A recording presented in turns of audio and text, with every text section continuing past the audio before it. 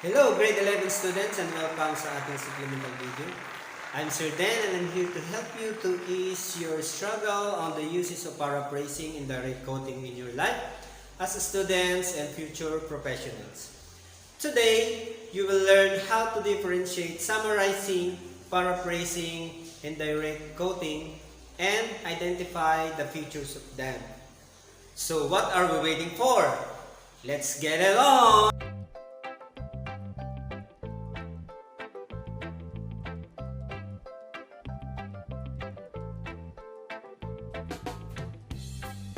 I had sex for you, girl.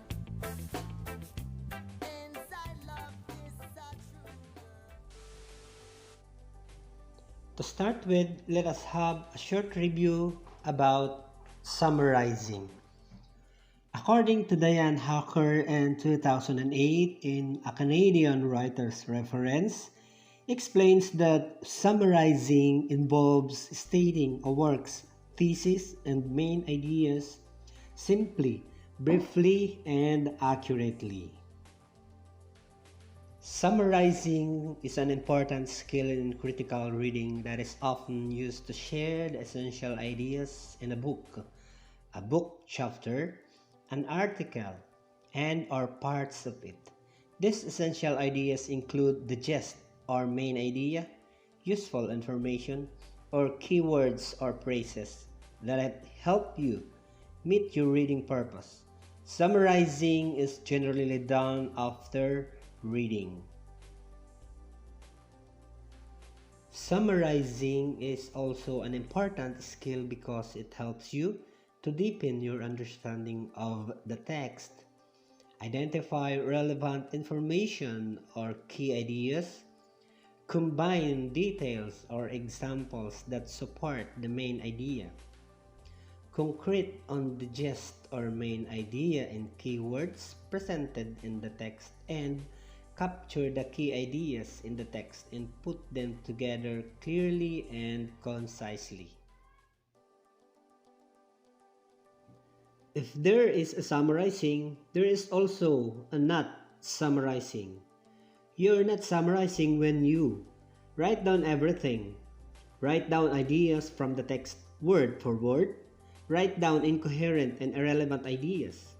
Write down ideas that are not stated in the text. Write down a summary that has the same length or it's longer than the original text.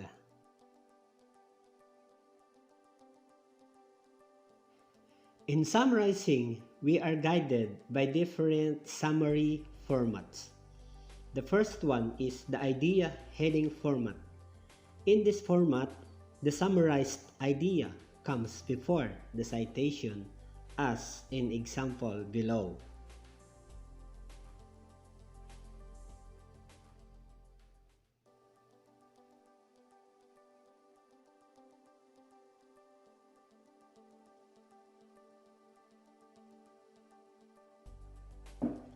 The second one is the author heading format.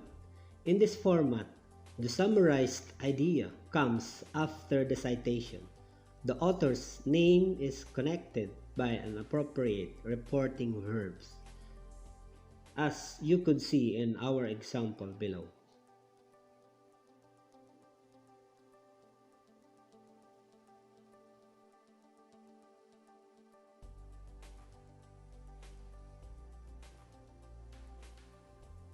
And the last one is the date heading format. In this format, the summarized idea comes after the date when the material was published, as you could see on the example below.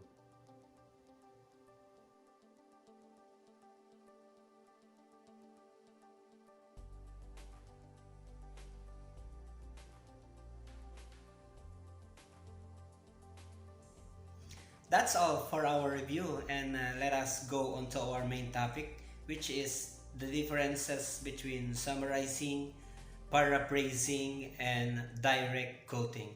And to continue our lesson, please watch the video. Quoting, paraphrasing, and summarizing. In business writing, you often need to quote, paraphrase, or summarize someone else's ideas. To make your point powerfully and avoid plagiarism, you must learn how to properly refer to other people's work. A quotation is a set of words written or spoken by someone else, used just as they are with no variation. Let's look at an example of a direct quotation from an article called Instagram Co-Founders to Step Down, about Instagram's founders from the September 25, 2018 edition of the Wall Street Journal. Here's the whole article, but we just want to quote this line.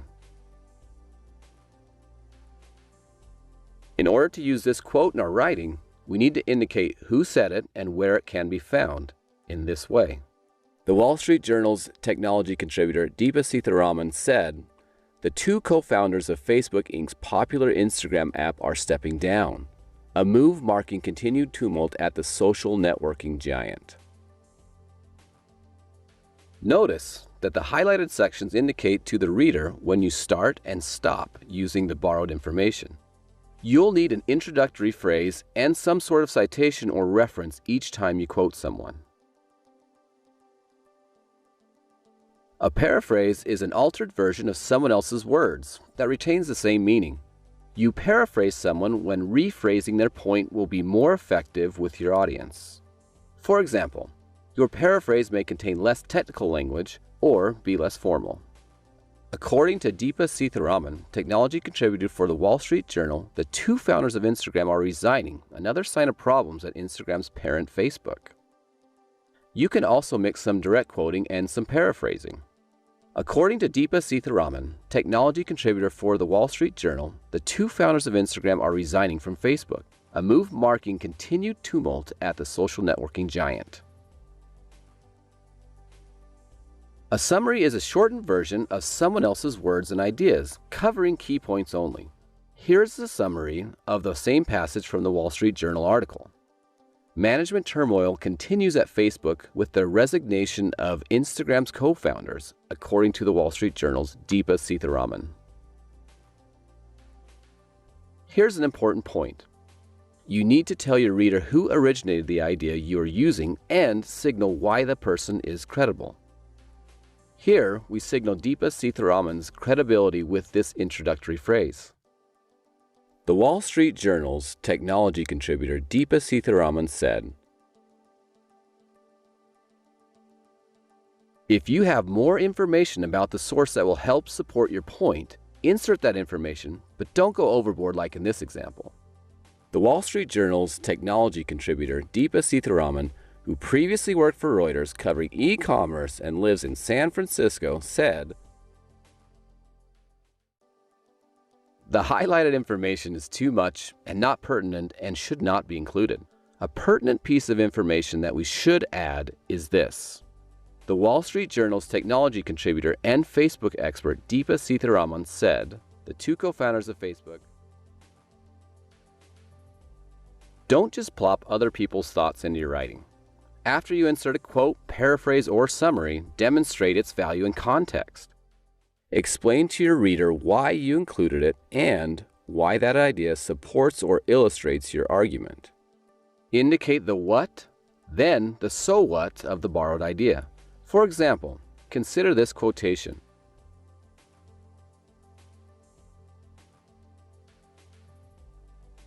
Now let's add a what and a so what that demonstrate your own thoughts. The what is, by removing the Instagram co-founders and replacing them with Facebook's own executives, Facebook can control the app more closely. The so what is, this bid for control might indicate a fear of unbridled innovation at this point in Facebook's history. To be fair and avoid plagiarism, be sure you include a citation or link to the original source of the idea. Here are 3 ways to cite a source. In-text citations immediately follow a borrowed idea. They are quick internal references to a source, but need to be paired with fuller citation information in endnotes. Footnotes appear at the bottom of a page and are paired with small raised numbers in the text. Endnotes appear at the end of a piece. Here's an example. Hyperlinks are a convenient way to cite your sources because the link takes the reader directly to the original source. However, you can use these only in documents that will be used digitally. Here's what's called a long tail URL. More effectively, hide the long URL under the actual article title. Which citation style you use depends on the requirements of the document. Search the web for specific citation rules for a particular style like APA or MLA. Weaving other people's good ideas or vivid language into your writing strengthens it. Just make sure you quote, paraphrase, and summarize correctly so you fairly credit the author and increase your own credibility.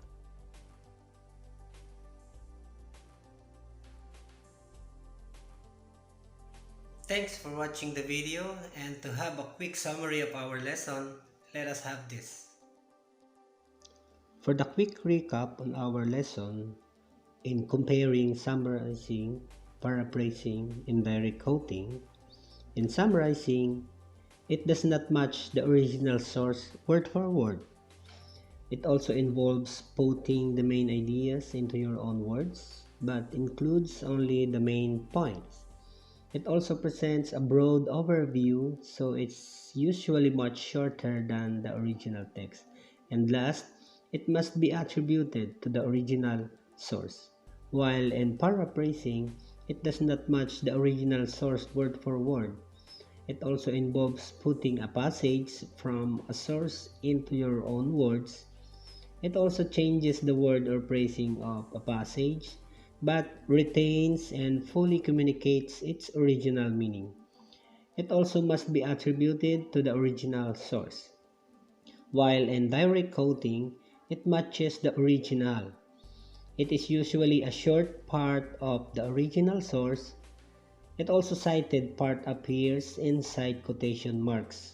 And the last, it must be attributed to the original source.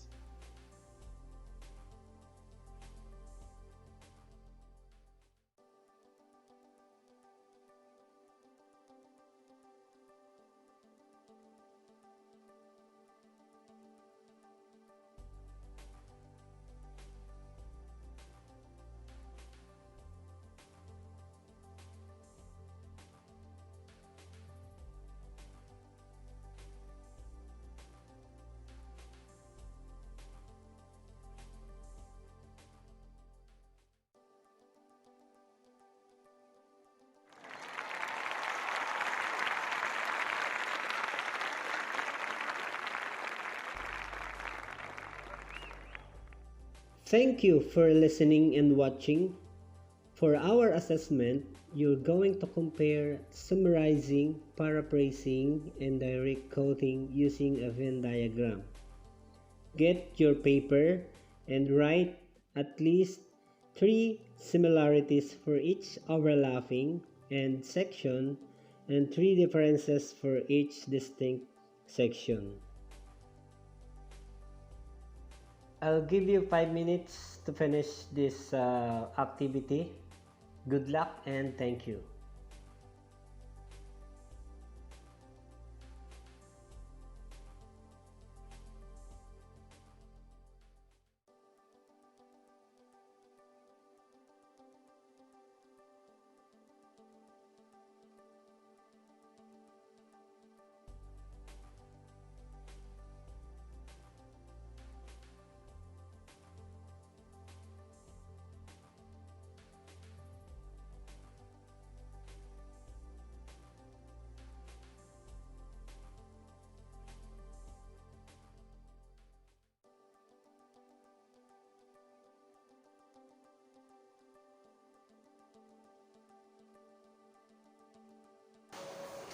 That's all for this day, and I hope that by the aid of this video, you have learned something new.